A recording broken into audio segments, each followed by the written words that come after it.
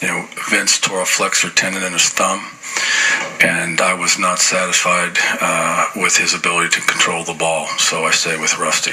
I was told that he was obviously a little upset after. I was also told he threw half his uniform in the stands. I think clearly that's no way to respond, and so we got some things we have to sort out with him.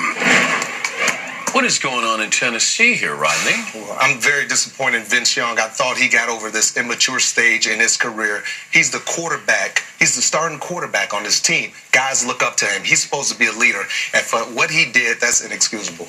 Randy Moss, okay, his third team now. Everybody keeps saying the same thing. Randy Moss, great guy, great team player, good in the locker room. He had no catches.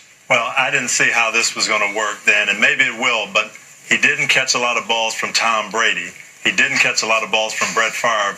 How is he going to catch a lot of balls from whoever the Titans quarterback ends up being? All right, let's bring in Peter King, who spoke with Jeff Fisher after the game. Describe the mood of Fisher. Well, Dan, I think Jeff Fisher is very disappointed in Vince Young. There's no question about it.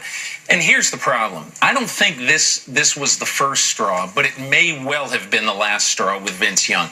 He's been too much of a 9-to-5 quarterback. He's not a great work ethic guy. Didn't hang around the complex for a weekend of rehab during their bye weekend, which he needed to do.